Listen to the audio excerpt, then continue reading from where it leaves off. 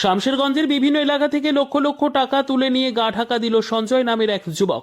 টাকা ফিরে পাওয়ার দাবিতে শামশেরগঞ্জ ফিল্ড এলাকায় বিক্ষোভ গ্রাহকদের। জানা যাচ্ছে প্রায় 12 বছর ধরে শামশেরগঞ্জ ফিল্ড, দুলিয়ান টাউন, ডাকবাংলা সহ শামশেরগঞ্জের বিভিন্ন এলাকা থেকে কোটি কোটি টাকা কালেকশন করত শামশেরগঞ্জ ফিল্ডের সঞ্জয় মণ্ডল নামের এক যুবক। কালেকশন বইয়ে কোনো রকম কোম্পানির নাম না থাকলেও একটি করে স্ট্যাম্প থাকতো। সেই স্ট্যাম্পে লেখা রয়েছে ফায়ার পারচেজ নাম।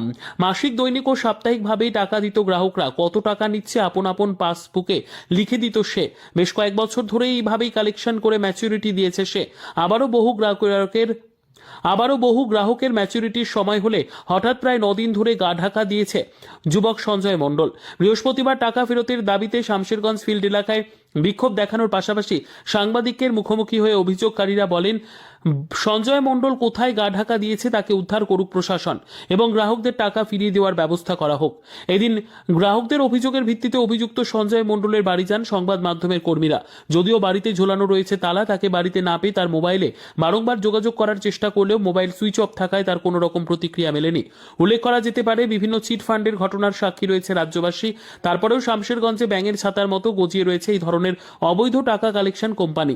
কোটি কোটি টাকা মার্কেট থেকে তুলেছেন। বিগত দিনেও একাধিক ঘটনা ঘটেছে। বারংবার একই ঘটনা ঘটলেও একদিকে যেমন একাংশের সাধারণ মানুষ সচেতন না, বিভিন্ন রাষ্ট্রীয় ব্যাংক থেকে শুরু করে রিজার্ভ ব্যাংক অফ ইন্ডিয়ার সঙ্গে যুক্ত ব্যাংকগুলো থাকলেও এলাকায় অবৈধ ব্যাঙের ছাতার মতো গজিয়ে ওঠা বিভিন্ন ব্যক্তিকে টাকা জমানোর জন্য টাকা দিচ্ছেন। পাশাপাশি কোনো রকম তৎপরতা দেখা যাচ্ছে না প্রশাসনেরও। এলাকার বহু সচেতন ব্যক্তিদের দাবি, আগেভাগে এই ধরনের ব্যক্তিদের বিরুদ্ধে প্রশাসনের পদক্ষেপ নেওয়া উচিত।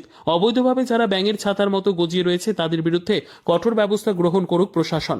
আরো কেউ বলছেন অভিযোগকারীরা, শুনুন। ওই যে আমি টাকা জমা দিয়েছিলাম, বেটির লেগে জমা করছিল, দিয়ে বেটার 26,000 আছে, আমার 38,000 আছে, দিয়ে পালিয়ে গেছে। এখন কোনো খোঁজ খবর নেই, আসে না আর টাকা তুলতে। কতদিন থেকে টাকাটা দিতেন?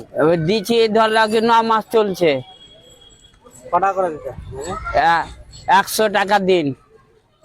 ওই মাসের ডেট পুরতো, তার আগে পালিয়ে গেল। হ্যাঁ, না। এখন আপনাদের দাবি কি? দাবি আমাদের পয়সা আমাকে রিটার্ন দিয়ে দাও। মোবাইল নাম্বার যোগাযোগ করেছেন? মোবাইল নাম্বার ওকে আধার কার্ড দেওয়া আছে। সঙ্গে কি যোগাযোগ হয়েছে? না, যোগাযোগ হয়নি। ফোন লাগছে? ফোন লাগে না। সুযোগ? হ্যাঁ। ওর বাড়ি কোথায়? ওর বাড়ি গরুহাটের কাছে। বাড়িতে এখন আছে না পলাতক? পালিয়ে গেছে। নাই। কতদিন থেকে পাওয়া যাচ্ছে? ওই যে আর 6-7 দিন থেকে পালিয়ে আছে। এই যে জমানো টাকা দীর্ঘদিনের, এর আগে সারদা নাদা নিয়ে পালিয়েছিল, এবার পালালো। আর পরবর্তীতে কি পরিকল্পনা নেবেন তাদের বিষয় নিয়ে? আপনাদের জমানো টাকা, কষ্টের টাকা নিয়ে পালিয়ে গেল, তার পরিপ্রেক্ষিতে কি বলবেন? আমাদের পয়সা আমাদের নিব।